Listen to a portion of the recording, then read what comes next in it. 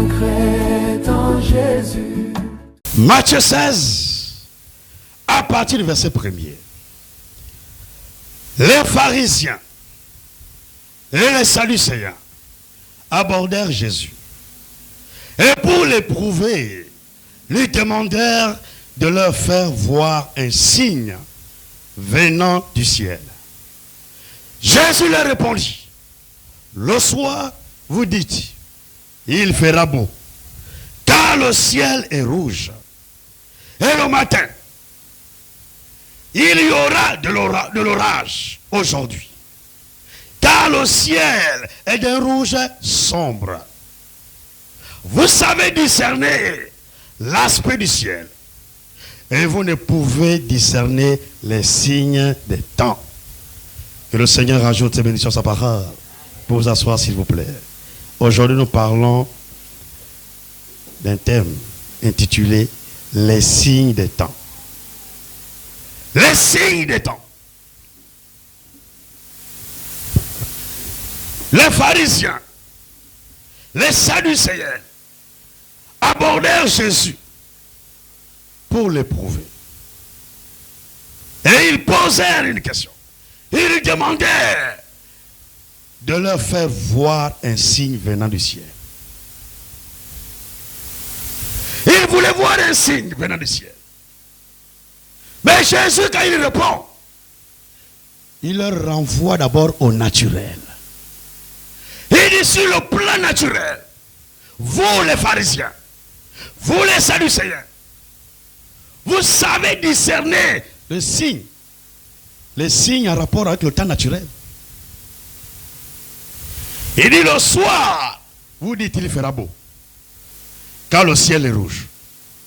Donc il y a des gens, quand ils observent le ciel, ils voient que le ciel est rouge, ils disent oh il fera beau. Quand ils voient aussi que le ciel est un rouge sombre, oh il y aura l'orage. Ils arrivent à discerner les signes en rapport avec la météorologie. Ils se regardent, ils peuvent dire, il y aura la pluie demain matin, à quelle heure? Avec précision. Ils regardent les signes là, ils regardent. Et quand on observe le ciel, il y a tel signe qui nous démontre que demain, il y aura l'orage. Quand vous sortez, n'oubliez pas vos parapluies. Et là, on passe même à la télé le soir pour faire la météo. La météo, demain, il y aura un temps orageux. Demain, il y aura un temps ensoleillé. Demain, il y aura ça en rapport avec le temps naturel. L'homme arrive à discerner cela. Mais quand on arrive au domaine spirituel, l'homme n'arrive pas à le faire. Il n'arrive pas à discerner le temps dans lequel il vit aujourd'hui. Et l'habitude de prendre les notes.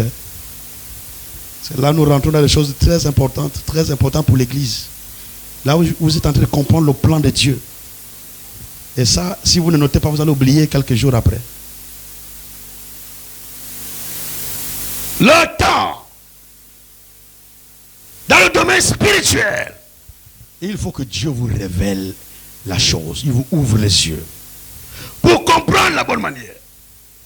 Et il dit au verset 3, il dit ceci.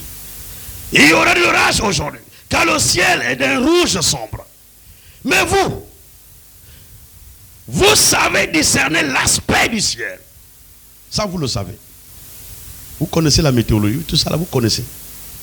Et vous ne pouvez discerner les signes des temps. Vous ne pouvez pas. Sans Dieu. C'est clairement dit. Vous ne pouvez discerner. Vous ne pouvez pas.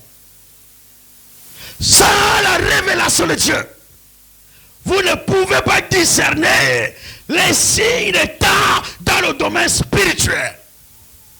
Sans le concours de Jésus, vous ne pouvez pas arriver à discerner le temps. Le discernement du temps, il faut que le Saint-Esprit vienne vous révéler les profondeurs de la parole prophétique. Parce qu'en réalité, les signes des temps, il s'agit de rentrer dans la parole prophétique. Là, ce n'est pas la parole évangélique. Ce n'est pas la parole doctrinale. Mais c'est la parole prophétique. Et la parole prophétique, pour la comprendre, il faut une révélation qui vient du ciel. La révélation qui vient du ciel. Quand Dieu te révèle la parole prophétique, alors tu comprends de la bonne manière. Sans la révélation, tu ne pourras pas comprendre. Et si vous ne connaissez pas les signes de votre temps, si vous ne connaissez pas dans quel temps vous êtes, alors vous attendez le retour du Seigneur en vain. C'est pourquoi je dis, là, vous suivez très bien. C'est très simple. Parce que beaucoup parlent du retour de Jésus. Du retour de Christ. Beaucoup disent que le Seigneur vient d'un moment à l'autre. Mais ils ne connaissent pas dans quel temps spirituellement parlant ils sont. Ils ne connaissent pas les prophéties bibliques en rapport avec leur temps. Dieu ne fait pas les choses en désordre. Avant la première venue, il fallait discerner le temps spirituel. De la venue de Christ, il fallait pouvoir discerner. Et Dieu avait donné des signes en rapport avec le temps qui précède la première venue de Christ. Le temps qui précède la première venue de Christ, Dieu lui-même a donné des signes. Il a dit, parmi les signes, il a dit, je vous donnerai un signe dans Ésaïe 7. Il dit, la Vierge concevra. C'est un signe. Un signe dans le domaine spirituel pour comprendre ce que Dieu est en train de faire. Et ensuite, dans Ésaïe 40, il dit, une voix crie dans le désert. Et dans Malachie 3, verset 1er, il dit, j'enverrai mon messager devant ma face pour préparer le chemin du Seigneur. C'est un signe. Le messager est un signe. Alors, tous ceux qui ont reçu le messager avant la première venue de Christ, quand la première venue de Christ est arrivée, quand ils avaient reçu le messager qui venait avant la première venue de Christ, ils ont reconnu le Christ plus facilement. Ils ont reçu le Messie. Parce qu'ils avaient discerné déjà le signe de leur temps. Et je vous dis, pour les croyants, le signe qu'ils doivent discerner, c'est un rapport avec le messager ou le messager de leur temps. Avant que, à la première venue de Christ, Dieu a envoyé un Élie, comme ça avait été dit, prophétisé déjà, dans Malachie 4, à partir du verset 5 au verset 6. Il dit, je vous enverrai Élie le prophète, avant le jour de l'Éternel. Nous sommes avant le jour de l'Éternel. Le jour de l'Éternel, c'est le jour où l'Éternel va rentrer dans sa colère. L'Éternel va brûler tout ce que vous voyez aujourd'hui. Avant ce jour-là, prophétiquement parlant, il y a un Élie qui doit venir. Mais quand Dieu a envoyé l'Élie, que nous pouvons lire vous avez déjà lu ça plusieurs fois, dans Luc 1, verset 17, il a dit Jean-Baptiste, c'était Jean-Baptiste. Jean-Baptiste devait marcher devant Dieu avec l'esprit et la puissance d'Élie. Et Jean-Baptiste, comme vous le savez, vous avez déjà bien enseigné, Jean-Baptiste n'a accompli que la première partie du verset 6 de Malachie 4. Il s'agissait de ramener les cœurs des pères vers les enfants. Sortir le peuple du judaïsme pour les amener dans le christianisme qui est en train de commencer avec Jésus-Christ. C'est le premier Élie qui était venu. Et Jésus, quand il était transfiguré ce jour-là, sur la montagne, quand il a été transfiguré, Élie et Moïse ont apparu.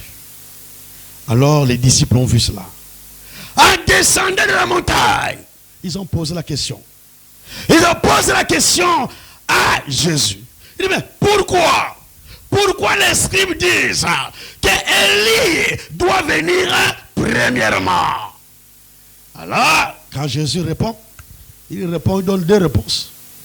Il dit, Élie viendra. Il parle au futur. Mais après il dit, et je vous dis, Élie est déjà venu. Il parle encore au passé. Quand il parle au passé, il s'agit de Jean-Baptiste, qui était déjà venu. Mais Jésus lui-même annonce, pas un prophète, pas une autre personne, Jésus lui-même annonce qu'il y a un autre Élie qui viendra avant le jour de l'Éternel. Donc un autre Élie qui doit venir avant le retour de Christ. Et nous l'avons vu. C'est Élie-là. Nous avons parlé des noms. C'est important de reprendre cela. Nous avons parlé des noms qui a reçu la grâce de Dieu. Cet homme-là, aux États-Unis, comme nous avons parlé, il est né là-bas. Et il était ce jour-là à Jeffersonville. Après une campagne d'évangélisation. Alors, beaucoup ont cru en lui. Plus de 300 personnes ont cru en Dieu. Ont cru en Jésus. Il les a amenés dans une rivière appelée Oyo. Là, nous sommes le 11 juin 1933. Alors là, il baptisait dans la rivière. Quand il arrive à la 17e personne, alors une grande lumière est descendue du ciel. C'est une réalité. Vous savez, si vous refusez ce que Dieu a fait, vous ne verrez jamais ce que Dieu veut faire avec vous. Oui, c'est la vérité. C'est pourquoi ici, il faut être équilibré. Alors, une grande lumière est descendue en plein 14 heures.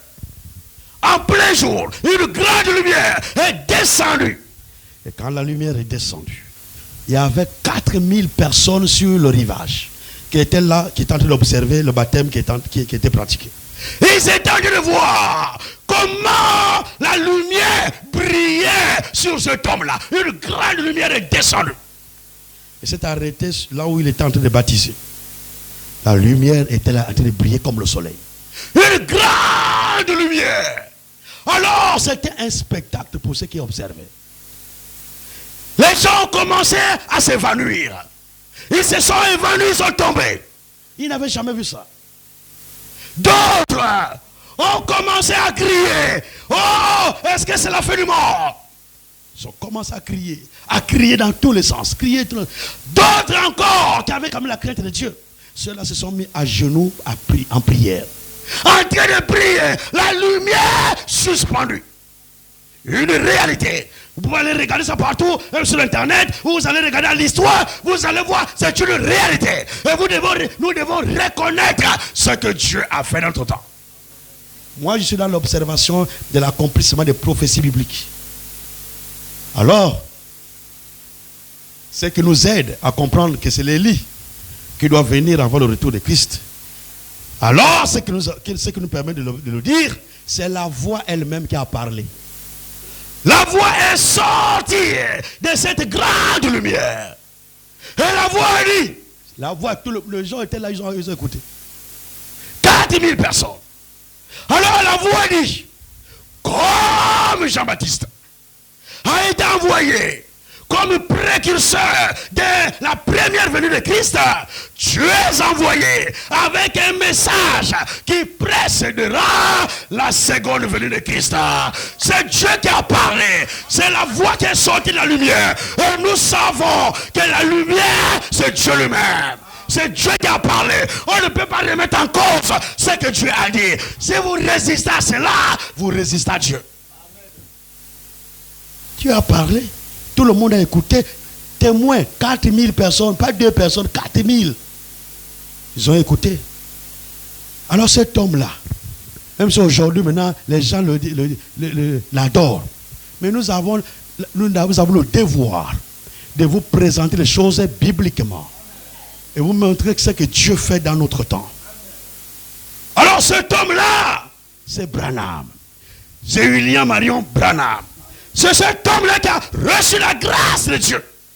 Et Dieu l'a utilisé puissamment. Il a reçu des signes.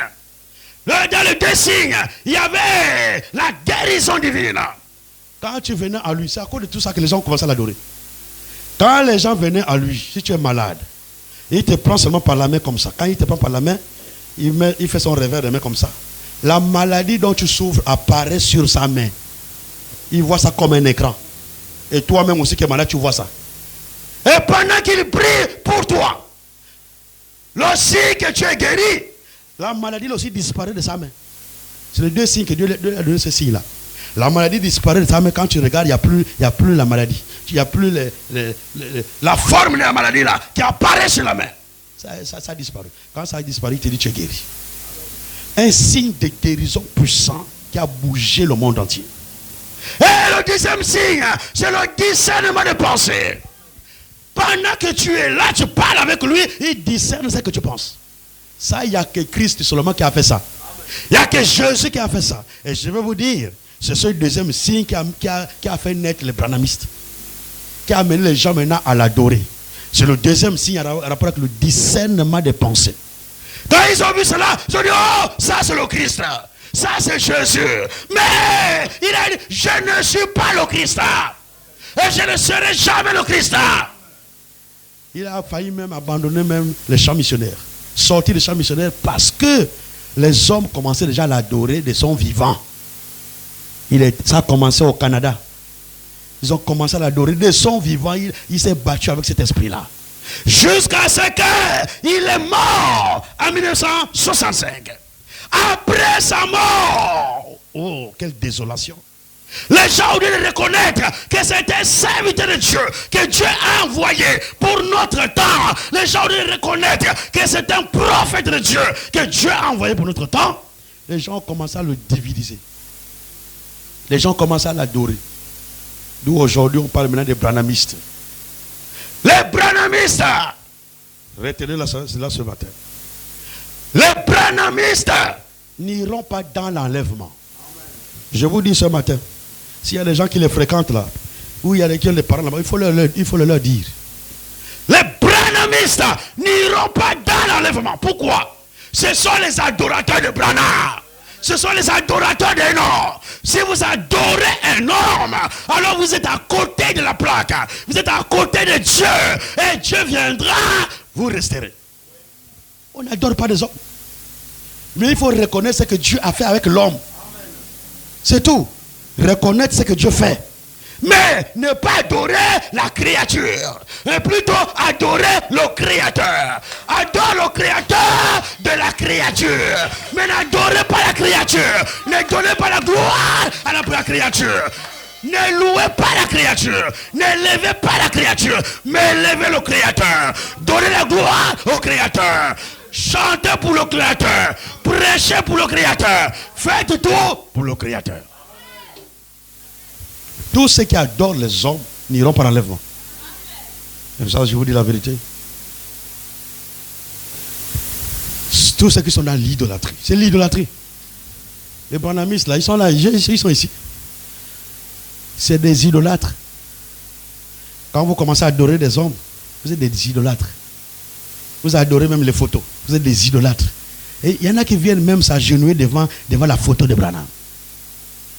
Des idolâtres.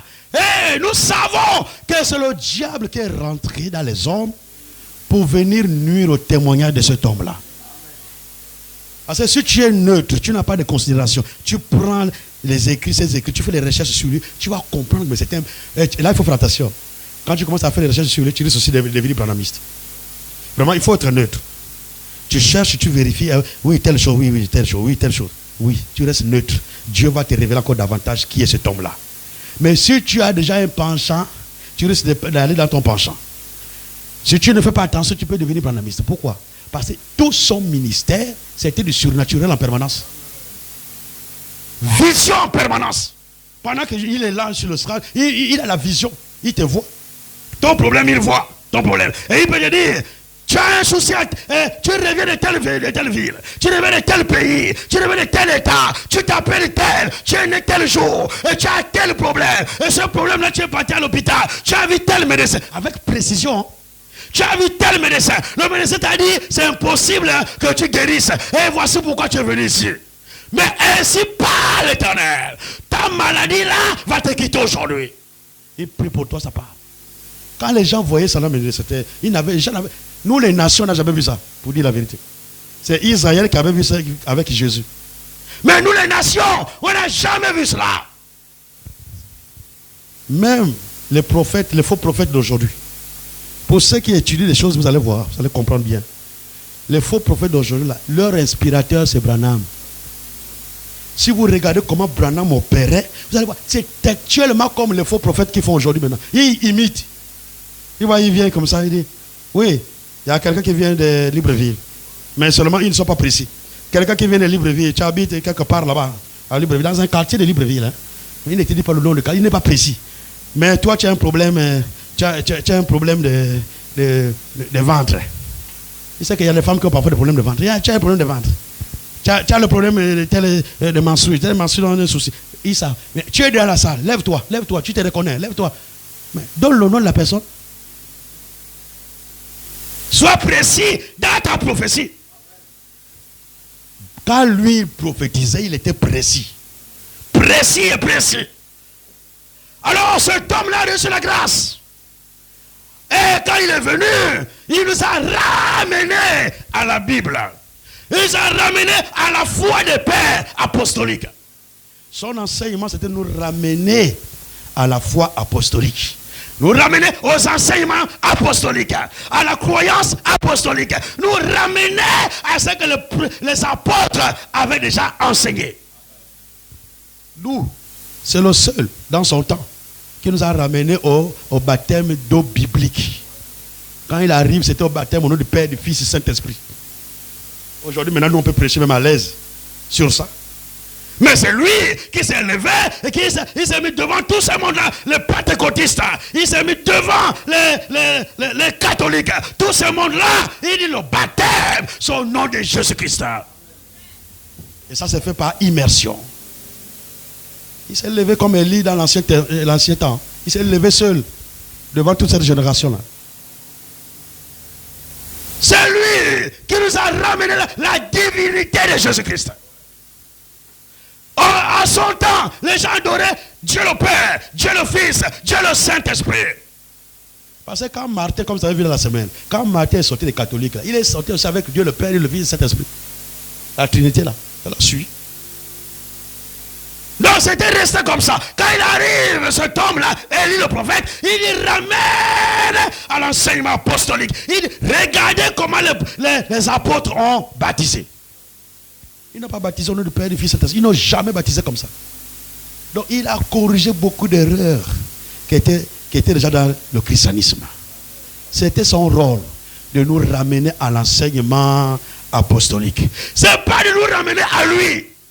Ce n'est pas de nous amener à adorer l'homme. Ce n'est pas de nous amener à faire une organisation au travers de cet homme, autour de cet homme-là. Mais c'est un signe du temps pour nous dire qu'il y a un Élie qui doit venir avant le retour de Christ et qui s'est accompli. Nous, on voit l'accomplissement des Écritures. Et ils voient l'adoration de l'homme. Nous, on voit l'accomplissement de la prophétie de Dieu. Dans Marc 9, le verset 12, Jésus, quand il répond à la question qui a été posée, pourquoi Élie doit venir premièrement? Il dit, Élie viendra premièrement. Donc, avant les autres signes de temps, le premier signe d'abord, c'est l'Élie qui doit venir avant le retour de Christ. Je lis ça rapidement. On va évoluer. Ça, c'est parce que ça, c'est très important. Il dit premièrement, pas secondement. Marc 9.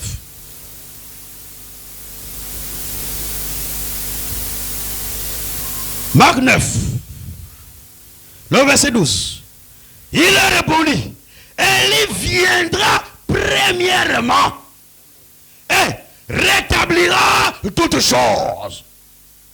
Donc, le premier signe du temps, en rapport avec la venue du Seigneur, le retour du Seigneur, c'est l'Élie le prophète. Premier signe du temps. Élie viendra premièrement avant les autres signes. Nous allons parler un peu quelques signes. Mais le premier signe majeur, c'est l'Élie le prophète qui doit venir avant le retour de Christ. Et ça, c'est déjà accompli. Si c'est accompli, vous voyez déjà à quel niveau spirituellement nous sommes. Hein? La marche de l'église. Nous sommes déjà proches de la venue du Seigneur. Marc 9, verset 12 est accompli. C'est déjà accompli. Malachie 4, verset 5 à 6, c'est déjà accompli. Le verset 6 de Malachie 4, il y avait deux parties. Les deux parties sont déjà accomplies. Alors, le Seigneur peut revenir d'un moment à l'autre. Il peut même venir ce matin. Dans quel état il va te trouver? Il peut venir même ce soir. Il peut venir à tout moment. Qu'est-ce qui peut l'empêcher encore de venir?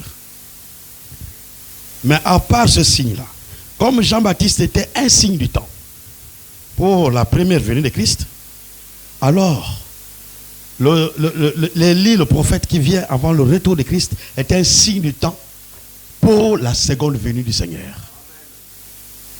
Et il dit, il doit venir premièrement. Première chose, c'est d'abord lui. Et ensuite, nous allons maintenant parler un peu rapidement des deux temps qui sont fusionnés dans notre temps. Nous allons parler du temps qui précède, les conditions du temps qui précèdent la seconde venue de Christ. Élie est déjà venu, c'est accompli. C'est là-bas, c'est déjà accompli. Maintenant, il y a des conditions qui précèdent la seconde venue de Christ qui sont déjà là sur place, qui sont déjà même accomplies aussi. Nous allons les voir rapidement. Là, nous allons dans Luc. N'adorez jamais les hommes. Si vous adorez les hommes, vous n'irez pas à l'enlèvement. Même moi ici, si Dieu m'utilise puissamment, ne m'adorez pas. Parce que les hommes sont toujours habitués à ça. Quand ils voient déjà un homme que Dieu utilise puissamment, ils viennent là maintenant, autour de lui, on se met à genoux, même pour le salut, on se met à genoux. Quand il rentre là, on doit le mettre le tapis rouge depuis là-bas jusqu'ici. Non? C'est un homme comme toi. C'est un homme comme moi, mais qui a trouvé grâce devant Dieu. Mais vous devez le respecter selon sa position d'homme de Dieu. Mais vous n'avez pas à l'adorer. Tous ceux qui adorent Branham là, je vous dis cela, ils n'iront pas à l'enlèvement. C'est des idolâtres. Ils sont même pires que les catholiques. Oui. Parce qu'eux maintenant ils ont mis Jésus de côté. Hein. Les catholiques parfois ils parlent comme de Jésus. Même quand même leur prédication. Ah, je sens qu'il faut que j'insiste encore un peu là-dessus. Je sens ça. Quand ils passent pour la prédication comme moi là, est-ce que j'ai autre chose? Je n'ai que la Bible, non? Ah, ils passent, regardez le lot de brochures là. Ils amènent ça, ils déposent ça ici. Un lot ici. Il prend l'autre lot, il dépose ici. Alors il est là, il prend l'écriture, il prend la Bible seulement pour l'écriture d'introduction. Il lit la Bible. Quand il a fini de lire la Bible, il ferme la Bible, il met de côté. Branamadi, telle brochure, on prend la brochure. Branamadi. Toute la prédication, Branamadi. Et finalement, Dieu a dit quoi? Finalement, toi qui parles, qu'est-ce que Dieu t'a dit de dire? Finalement, qu'est-ce que la Bible dit? Mais ici, là, il n'y a pas de Branamadi. Ici, il n'y a pas de brochure là. Ici, nous prêchons sous onction de Dieu. Et ici, nous disons, la Bible dit, la Bible dit, la Bible dit, la Bible dit, la Bible dit. Vous n'entendrez pas les histoires de Branham. Mais si tu reconnais déjà dans ce que Dieu fait dans ton temps, là, il va encore t'ouvrir les yeux pour bien comprendre le plan de Dieu. Si vous résidez ce que Dieu fait, parce que les hommes racontent beaucoup de choses, vous passerez aussi à côté. Soyez équilibrés. C'est l'équilibre là que nous voulons en tout ici. Et ici, il n'y aura jamais de branamiste. Hein? Et la chair là, aucun branamiste ne viendra prêcher ici. Jamais. Tant que moi je suis ici en tout. Sauf si vous restez entre vous et puis vous acceptez cela. Un branamiste ne viendra pas prêcher ici. Vous n'allez pas trouver les photos ici. Hein? Je sais qu'il y a beaucoup qui se posent des questions là. Mais pourquoi ils n'ont pas les photos? Nous, on n'a pas de photos. Il a été dit dans l'Ancien Testament quand Dieu a parlé. Ne faites aucune représentation quelconque des choses qui sont dans le ciel et sur la terre. Ne faites pas de représentation dans l'église de Dieu. Ne mettez pas des statuettes là, qui montrent les anges. Non. Comme les catholiques font. Et même Isabelle, même les anges et bébés. Le jour là, quand j'ai vu une statuette ange et bébé. Ça n'existe pas, les anges et bébés n'existent pas. Il n'y a pas des anges et bébés. Mais quand vous allez devant l'église, tu vas voir, ils ont fait les statues des anges, mais c'est des bébés, hein. Les anges bébés qui sont là, bébés. Un ange n'est pas bébé. Un ange n'a jamais grandi. Un ange, c'est un ange qui a été créé selon la dimension dans laquelle il est aujourd'hui. Il ne vieillit pas. Il ne grandit pas. Il est toujours la même que comme on l'a créé au commencement. C'est pourquoi nous aussi, quand on va rentrer dans ces corps-là, les corps spirituels, les corps glorifiés, nous aussi, on ne va plus grandir. Tu auras la dimension que tu veux même avoir. Tu peux avoir la dimension. Si je veux être grand là, j'ai la dimension, je peux prendre la dimension dans ce corps-là. La dimension là, vous me voyez maintenant est lancée. La dimension là, j'ai beaucoup de cheveux. Dans ce corps-là, j'ai beaucoup de cheveux. Mais la Bible dit dans Matthieu, vos cheveux sont comptés. Le jour de la résurrection, quand nous allons changer de corps, nos cheveux vont revenir intacts. Ça va revenir au même nombre que j'avais quand j'étais plus jeune. Et c'est prédication sur l'homme. Prédication sur l'homme. Nous ne prêchons que Jésus-Christ. Nous ne prêchons que Jésus. Nous n'adorons que Jésus. Tout c'est Jésus. C'est cela. La Bible dit faites tout au nom de... on a dit au nom d'un homme là. Au nom de Jésus. Tous au nom de Jésus. Ils sont grandement dans l'erreur. Comme Jésus pouvait répondre aux pharisiens. Quand ils sont venus poser la question sur le mariage et tout ça là. Oh, il y a un homme qui a eu, il y a une femme qui a eu 7 maris. Il y a eu un premier mari, un deuxième mari, un troisième, jusqu'à 7e. Quand à la résurrection de mort en Christ là, la femme là sera la femme de qui? Parmi les 7. Oh, mais Jésus était étonné. Il dit, oh, mais vous ne comprenez même pas les Écritures. Vous ne comprenez pas les Écritures. Qui vous a dit qu'à la résurrection il y a le mariage? Qui vous a dit qu'à la résurrection il y a les hommes qui vont encore se marier? Le mariage est terrestre. Quand vous allez quitter la terre, là-bas au ciel, il n'y a pas de mari et femme. Il n'y a pas de mariage. Là-bas, nous sommes tous des enfants de Dieu. Il n'y a pas de mari et femme. Chérie, chérie, là, ça va s'arrêter ici. Hein? C'est pourquoi ne rate pas le ciel pour chérie. Oh, chérie. Chérie a dit que je ne vais pas à l'église. Chérie a dit que non, je dois rester à la maison. Chérie, chérie, chérie. Hein? La soumission qu'on demande je ne sais pas. La soumission que la Bible demande à la femme, c'est dans le cadre de la parole. Quand l'homme sonne la parole, il n'y a pas de soumission. Ah oui, tu sonnes la parole, tu m'amènes maintenant à aller voler, je ne vole pas. Tu m'amènes à aller me prostituer, je ne me prostitue pas. Je vais refuser ça. Oh, tu es ma femme, tu dois soumission, tu dois aller te prostituer. C'est moi qui veux. Va te prostituer. Non, je ne me soumettrai pas. Oh, ne va pas à l'église parce que tu es ma femme. Tu dois te soumettre à mon ordre. Je vais partir à l'église. La soumission, c'est dans le cadre de la parole. Si c'est que ton homme, ton mari te dit est conforme à la parole, tu dois soumission à cet homme-là. Et si tu refuses cela, tu es animé par des démons. Tu es animé par des démons. Une femme insoumise est animée par des démons. Mais si cet homme-là t'amène que dans les Écritures, tu dois te soumettre. Mais s'il te sort des Écritures, là, il n'y a pas de soumission. Même quand on dit, soyez soumis aux autorités là. Quand l'autorité prend une réglementation, une loi, qui est en contradiction avec la parole, moi je ne me soumets pas. Je ne me soumets que quand c'est conforme à la parole. Conforme à la parole, je me soumets. Si c'est en contradiction, comme les histoires de l'homosexualité là, on va dire, il faut célébrer le mariage homosexuel. Moi, je ne vais jamais célébrer cela. Même s'il y a la loi. Ah, mais vous allez me tuer. Tout cas, ça enregistré. Hein? Je ne vais pas célébrer cela. Rapidement, il faut que je rentre maintenant. Nous allons rapidement aller dans... Wow. Dieu conduit comme il veut. Hein? Alors, nous allons aller dans Luc. Luc 17. Je vais gérer le temps qui reste.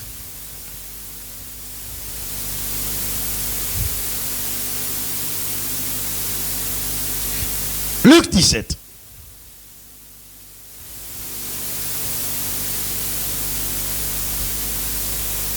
Et nous lisons le verset 24. Luc 17, verset 24. Car comme l'éclair resplendit et brille d'une extrémité du ciel à l'autre, ainsi sera le Fils de l'homme en son jour.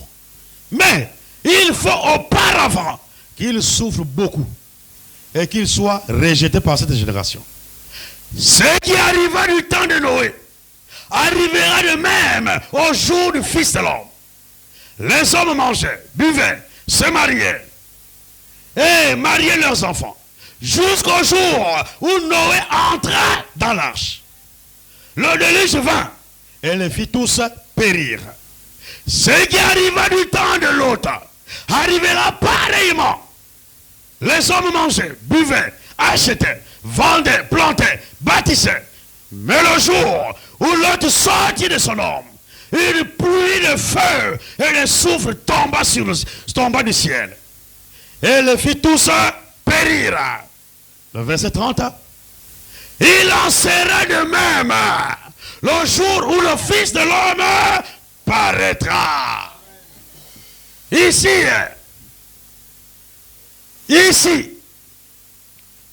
la Bible nous présente les conditions déjà du passé. La Bible nous présente le temps de Noé et le temps de l'autre.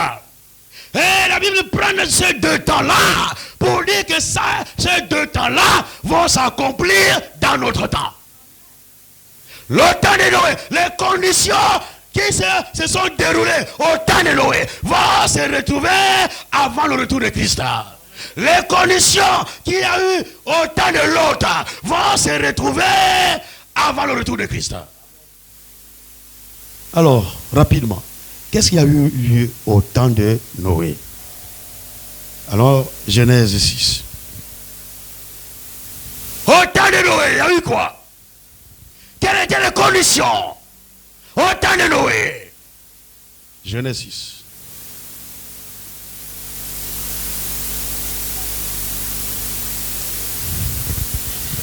Genèse 6. À partir du verset 1er. La Bible dit, lorsque les hommes eurent commencé à se multiplier sur la face de la terre, et que des filles leur furent nées, les fils de Dieu virent que les filles des hommes étaient belles, et ils en prirent pour femmes, parmi toutes celles qu'ils choisirent. Alors, l'Éternel dit, mon esprit ne restera pas à toujours dans l'homme, car l'homme n'est que chair, et ses jours seront de 120 ans. Les géants étaient sur la terre en ce temps-là, après que les fils de Dieu furent venus vers les filles des hommes, et que leur eurent donné des enfants.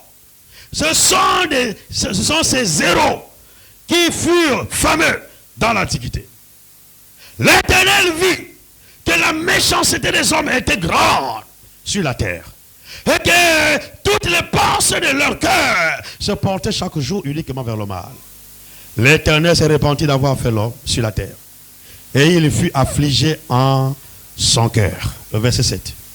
Et l'Éternel dit, j'exterminerai de la face de la terre l'homme que j'ai créé, depuis l'homme jusqu'au bétail, aux reptiles, aux oiseaux du ciel, car je me répands de les avoir faits.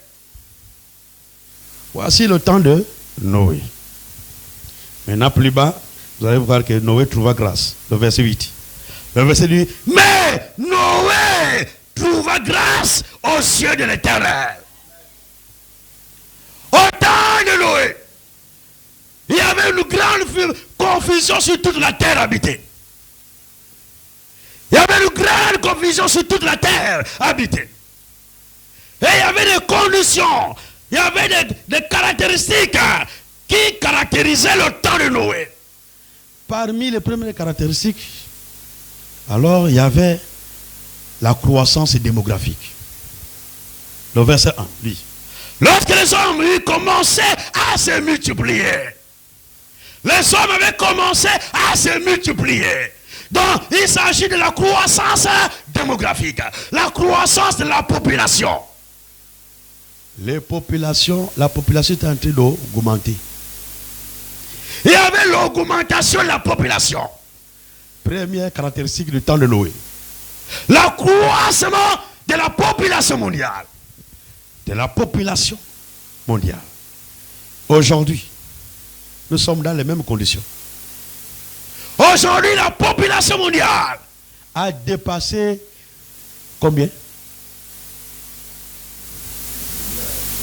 8 milliards d'habitants. 8 milliards d'habitants. 8 milliards et quelques. D'habitants sur la terre. Sur la terre, il y a 8 milliards d'habitants. C'est énorme. Hein? Nous sommes au temps où la population mondiale est en train de croître. Et chaque jour, elle ne fait que se croître. D'où maintenant, même les économistes disent que dans quelques années, on aura le problème de faim. Il n'y a plus la nourriture. Nous sommes trop nombreux. Nous sommes tellement nombreux qu'on va faire un seul bateau de manioc là. Il faut donner ça à combien de personnes? On est nombreux. On ne fait que se multiplier. Chaque année multiplier. Ah bon, prendre même les mesures comme en Chine. En Chine, ils prennent même les mesures pour dire qu'il faut limiter la naissance maintenant. Un seul enfant par couple. Par foyer, un seul enfant. Malgré un seul enfant, ils sont toujours nombreux. Les Chinois dépassent les 1 milliard. Ils sont comme les Indiens. Et les Indiens aussi. L'Inde et la Chine discutent la première place en termes de démographie. L'Inde est dans les 1 milliard et quelques. La Chine, 1 milliard et quelques. Donc il y a les moments c'est la Chine qui est premier, et les moments c'est l'Inde qui est premier. Alors, Dieu nous montre cela. Que les mêmes conditions de la multiplication des peuples de Dieu au temps de Noé, c'est là en train de s'accomplir aussi dans notre temps. Les hommes ne font que croître. Les hommes ne font que croître. Et dans la deuxième chose, deuxième condition, ou deuxième caractéristique, la Bible dit, lorsque les hommes eurent commencé à se multiplier sur la face de la terre, et que les fils leur furent nés, les fils de Dieu virent que les filles des hommes étaient belles. Au temps de Noé, l'une des caractéristiques, c'était la beauté des femmes. Ah, les femmes étaient vraiment belles. La beauté de la femme. Et qu'est-ce que cela fait? Cela engendrait la confusion. Alors, les fils de Dieu ont commencé à aller prendre les filles des hommes. Les filles des hommes, quand la Bible parle des filles des hommes ici, il s'agit des filles de Caïn. Mais quand la Bible parle des fils de Dieu, il s'agit de la descendance de Seth. Donc la descendance d'Adam au travers de Seth. Vous savez qu'il y a deux descendances. Hein. Caïn a sa propre descendance. Ça, on ne va pas parler de ça aujourd'hui. Caïn a son origine personnelle. La Bible dit que Caïn était du malin. Donc Caïn n'était même pas d'Adam. Nous allons parler de cela prochainement, dans le temps. C'est des gros morceaux. Mais quand vous regardez maintenant l'arbre généalogique, la Bible aussi a séparé cela. Caïn a son arbre généalogique. Adam, au travers de Seth, a son arbre généalogique aussi. Maintenant, les deux arbres généalogiques ne devaient pas se croiser. Mais les fils qui sortent de la descendance de Seth ont commencé à aller prendre les filles du côté de Caïn. Et ils n'ont pas fait de mariage. Il dit, il en prie pour femme. Donc si je veux une femme, je prends seulement. J'ai besoin d'une femme, je prends. Donc il s'agissait de l'union libre. Il s'agissait du concubinage. Les gens vont vivre des années ensemble, pas de mariage. Dieu n'aime pas cela. Dieu, quand vous êtes engagé déjà, il faut aller jusqu'au mariage. Il n'y a pas, oh, je vais d'abord observer. Tu vis avec la soeur, hein, tu dis, j'observe encore. Tu observes encore comment? La soeur est même dans ta maison. Tu dis, j'observe d'abord, j'observe. Je ne suis pas encore convaincu. Mais tu n'es pas convaincu, tu as mis la soeur dans ta maison. Il faut d'abord la laisser à l'extérieur là-bas. Ne la cherche, ne va pas la chercher. Pendant que tu cherches à te marier, c'est là où tu dois maintenant observer. Tu dois voir, est-ce que dans l'église là, est-ce qu'il y a une soeur que je peux prendre? Tu observes. Sœur, voici pourquoi on vous dit, soyez décente. Parce qu'il y a des frères qui observent. Hein. Moi, si je veux me marier dans une église, je suis déjà marié. Dans le cas où je n'étais pas marié, comprenez-moi bien, je suis déjà marié. Alléluia! Je suis déjà marié. La Bible dit que l'homme aime sa femme, pas ses femmes. L'homme doit aimer seulement une seule femme. Il ne peut pas aimer deux. Le cœur ne peut pas aimer deux personnes de la même manière. Ce n'est pas possible. Tu vas aimer un plus que l'autre. Alors, s'il fallait que je me marie, j'observe dans l'église. Je regarde les sœurs qui sont spirituelles. C'est ce que je vais regarder. Elles sont bien, quand je regarde les sœurs bien habillées, bien là. Je dis, ah oui, celle-là, c'est bien. Je viens, elle vient toujours au culte. Même 1 heure avant au culte, elle est déjà là. Quand quelqu'un veut se marier, là, il vient souvent à l'église même tôt. Hein. C'est le premier frère que vous avez trouvé ici. Vous pensez qu'il vient là pour rien. Ah. Il arrive le premier et il observe la première sœur qui va rentrer. Hein? Il est là. Premier à l'église, il est là. Ah, le frère est zélé. Hein? Il est là, il observe. Quelle est la première sœur qui va rentrer ici là? Quand tu rentres l'après-midi, ah, c'est bien. Il coche la case là. Assiduité à l'église, coché. C'est bien. Pendant la prière, il observe. Comment tu pries? Quand on dit prier, tu es là. On décoche, on ne met pas. Mais prier, oh, tu vois la soeur, oh, la soeur de prier, elle prie, oh, c'est elle spirituelle. Elle coche. Spiritualité, ok. Elle regarde l'habillement. Il regarde l'habillement. Vous savez, l'habillement témoigne de ce qui est à l'intérieur. C'est peut-être que c'est là où vous ne comprenez pas. On ne vous dit pas de ne pas vous habiller comme vous habillez. Habillez-vous comme vous voulez. C'est juste le service divin. Ceux qui sont dans le service divin ne doivent pas s'habiller comme ils veulent. Ils doivent s'habiller selon les exigences de la Bible. Mais si vous venez seulement vous asseoir, écouter la parole, il n'y a pas de problème, habillez-vous comme vous voulez. Mais si tu es venu ici, ton cœur a été touché, ton habillement doit changer seul. Nous aussi, on vous observe, on voit ça. On voit, il y a des gens qui ont reçu Dieu ici en tout. Hein. On voit tout change. Même l'habillement. On n'a même rien dit. Ça change seul. C'est ça. Quand l'Esprit de Dieu est rentré en toi, tu as maintenant la nature de Dieu à l'intérieur. Donc quand tu portes le sexy, tu te sens mal à l'aise. Toi-même, tu es mal à l'aise. Alors qu'est-ce que tu veux? Tu cherches maintenant des tenues qui sont un peu amples là, pour éviter de montrer tes formes. C'est Dieu qui t'amène à ça. Ça me démontre. Moi, quand je vois l'habillement d'une personne, je sais déjà que tu es né de nouveau ou pas. Par ton habillement, je vois déjà si tu es né de nouveau ou pas.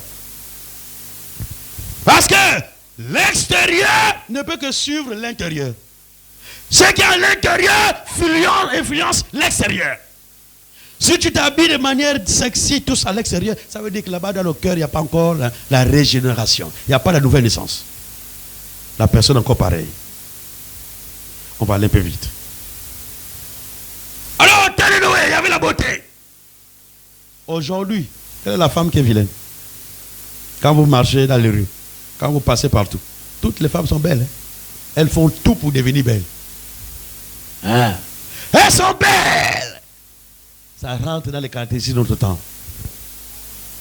Troisièmement, alors nous repartons à Genèse 6. La Bible dit,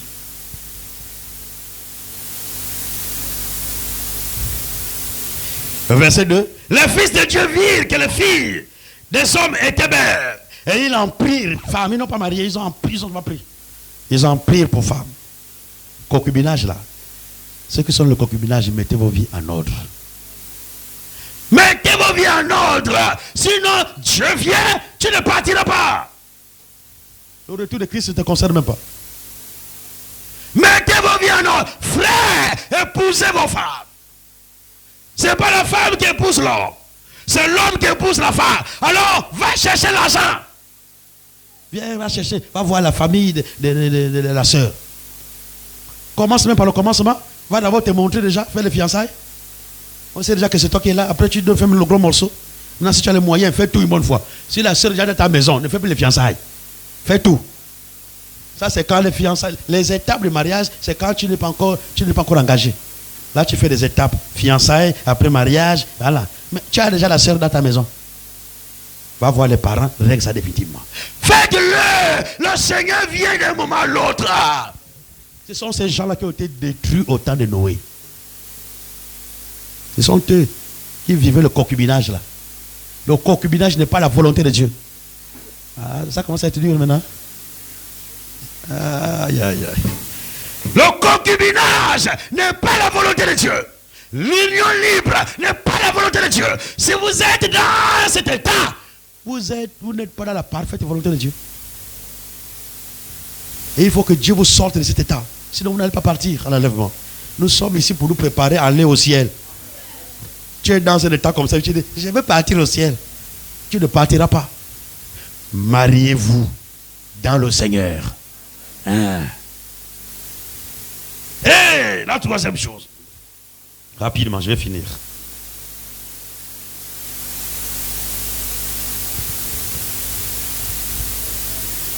Et il dit ceci.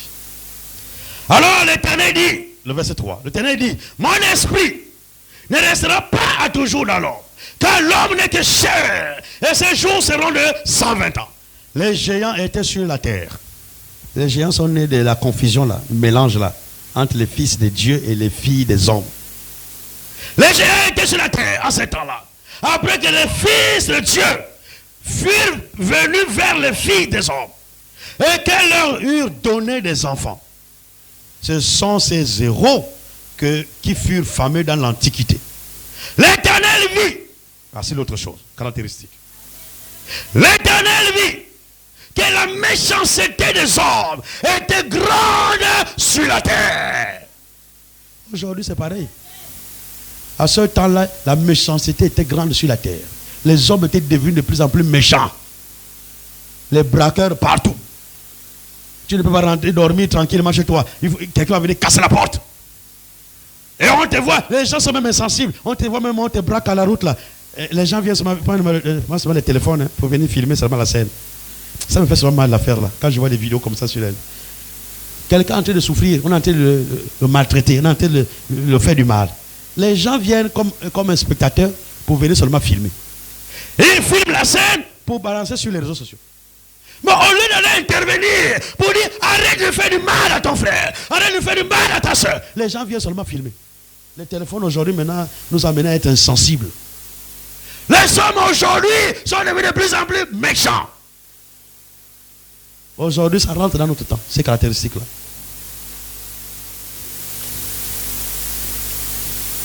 Alors à cause de cela, Dieu dit au verset 7, j'exterminerai de la face de la terre l'homme que j'ai créé.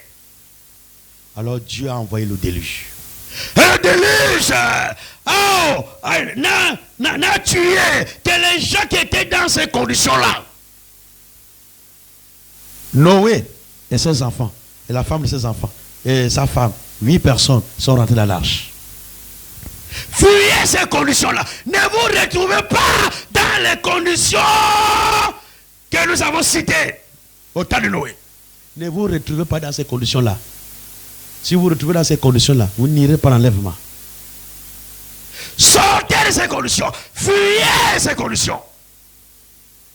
Vous devez rapidement mettre vos vies en ordre. Le temps de Noé est déjà dans notre temps. Ce qui était au temps de Noé est arrivé dans notre temps. Cela ne fait que s'accomplir chaque jour même. C'est le temps de Noé. Alors, au temps de l'autre. Parce que Dieu prend ces deux temps-là pour les mettre ensemble. Au temps de l'autre, qu'est-ce qui s'est passé au temps de l'autre? Genèse 19. Là, je vais rapidement pour finir. C'est seulement cela que nous allons, ces deux temps-là que nous allons voir aujourd'hui. Et dimanche, par la grâce de Dieu, nous allons voir les autres 6 mois du temps. En rapport avec les guerres, tout ça. Mais aujourd'hui, c'était le temps de Noé et de l'autre que nous devons voir aujourd'hui. Genèse 19.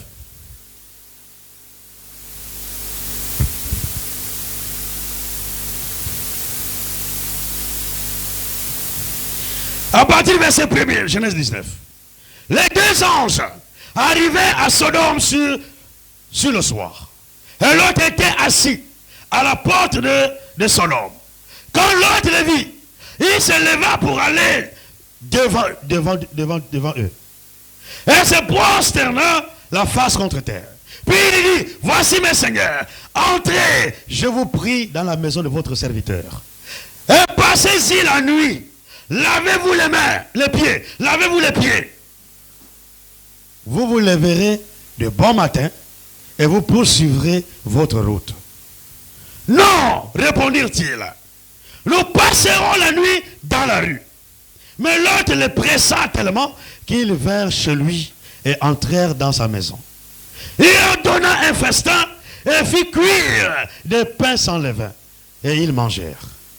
Ils n'étaient pas encore couchés que les gens de la ville, les gens de Sodome, entourèrent la maison, depuis les enfants jusqu'aux vieillards. Toute la population était accourue. Ils appelèrent Lot et lui dirent, où sont les hommes qui sont entrés chez toi cette nuit? Fais-les sortir vers nous. Pour que nous fassions quoi? Pour que nous les connaissions. Connaître, ce n'est pas le sens que vous connaissez. Connaître, il s'agit d'aller avec ces hommes-là. Il s'agit d'aller de coucher avec ces hommes. Et il dit ceci. Pour que nous les connaissions. L'autre sortit vers eux, à l'entrée de la maison, et ferma la porte derrière lui. Et il dit, mes frères, je vous prie, ne faites pas le mal. Voilà, voici ce qui nous permet de bien comprendre cela. Voici j'ai deux filles. Ah, si vous voulez faire ça, faites un sacrifice avec les filles. Ah. Voici j'ai deux filles qui n'ont point connu d'homme. Je vous les amènerai dehors et vous leur ferez ce qu'il vous plaira. Seulement, ne faites rien à ces hommes, puisqu'ils sont venus à l'ombre de mon toit. Le verset 9. Il dit, retire-toi. Il dit encore, celui-ci est venu comme étranger et il veut faire le juge. Eh bien, nous te ferons à toi, maintenant, à toi. Hein? Nous te ferons pire. Nous te ferons pire qu'à eux. Et pressa l'autre avec violence. Il s'avançait pour briser la porte. Vous pouvez continuer la lecture à la maison. Hein? Le péché central du temps de l'autre, c'était l'homosexualité. Au temps de l'autre. Sodome et Gomorrhe, l'homosexualité. Des enfants jusqu'aux vieillards. Tous étaient dans l'homosexualité. Tous dans l'homosexualité. C'était le péché central du temps de l'autre. Mais Dieu dit, ce qui arriva au temps de l'autre arrivera pareillement dans notre temps. Aujourd'hui, il n'y a pas d'homosexualité. Et je vais même vous dire que c'est grave. Autant, à ce temps-là, il y avait que Sodome et Gomorrhe qui pratiquaient cet acte contre nature. La Bible appelle cela des actes contre nature. C'était Sodome et Gomorrhe. Aujourd'hui, notre temps, il y a combien de vies? J'ai quand même regardé cela. Il y a plus de 40 pays officiellement qui ont reconnu le mariage homosexuel. 40 pays. Maintenant, dans chaque pays, il y a combien de villes? Si on dit que le Gabon a... je ne vais pas dire le Gabon. Si on dit la France a reconnu l'homosexualité, puisque c'est le cas. La France a reconnu le mariage homosexuel. Bon, en France, il y a combien de villes? Rien que la France. Sodome et Gomorrhe, c'était des villes. Aujourd'hui, il y a plus de 40 pays sur la planète Terre qui ont déjà reconnu le mariage homosexuel de manière officielle avec une loi. Ils ont pris la loi pour reconnaître cela. Et les pays les plus nombreux, c'est l'Europe. L'Europe, ils ont plus de 20 pays qui ont déjà reconnu le mariage homosexuel. Ensuite, il vient du continent américain. Le premier continent, c'est le continent européen. Ensuite, il vient le continent américain avec plus de 10 pays. Après, il vient le continent asiatique avec, ça descend dans les 5 ou 6 pays. Après, vient maintenant le continent africain. Et le continent africain, pour l'instant, officiellement, c'est l'Afrique du Sud. Officiellement. Mais on sait qu'officieusement, c'est autre chose. Il y a beaucoup de pays. Mais officiellement, c'est l'Afrique du Sud. Et nous, le Gabon, on a voulu jouer un peu sur le terrain. Mais je dois vous dire la vérité. On a joué, il faut dépénaliser l'homosexualité. Quand on dit dépénaliser, veut dire quoi? On dit qu'il n'y a plus de peine. On ne peut plus te sanctionner. Maintenant, si on ne peut plus te sanctionner, ça veut dire quoi? Ça veut dire que ça devient légal. C'est ça? C'est juste une manière voilée seulement. Et dans ce temps-là de la fin, Dieu est prêt à briser tout, à brûler tout, à tout brûler. Quand Dieu regarde cela, c'est une odeur de mauvaise nature qui monte à Dieu. Quand il regarde l'état mondial actuel, Dieu est prêt à tout détruire. Mais pourquoi il ne détruit pas? C'est à cause de toi, c'est à cause de moi. Nous ne sommes pas encore prêts. Tu n'es pas encore prêt, ma soeur. Tu n'es pas encore prêt, mon frère. Dieu attend que tu rentres dans l'arche. Il faut que tu rentres dans l'arche. Quand l'arche sera fermée, alors Dieu va tout brûler. Donc si Dieu ne vient pas encore pour l'instant, c'est à cause de sa fille et ses enfants. Ils ne sont pas encore prêts. Vous savez que dans le domaine là, il y en a qui sont déjà avancés, d'autres sont encore derrière. Pour rentrer dans l'arche là, ils n'avaient pas tous le même rythme. Le lion, il est rapide. Hein? Le léopard, tac, tac, il est déjà rentré dans l'arche. Le lion, 1, 2, 4, 6, il rentre. Même l'éléphant, quand même, il court un peu, hein? Il rentre. Mais, quand vous regardez la tortue derrière, la tortue vient doucement, mais la tortue a été prédestinée à rentrer dans l'arche. La tortue doit rentrer.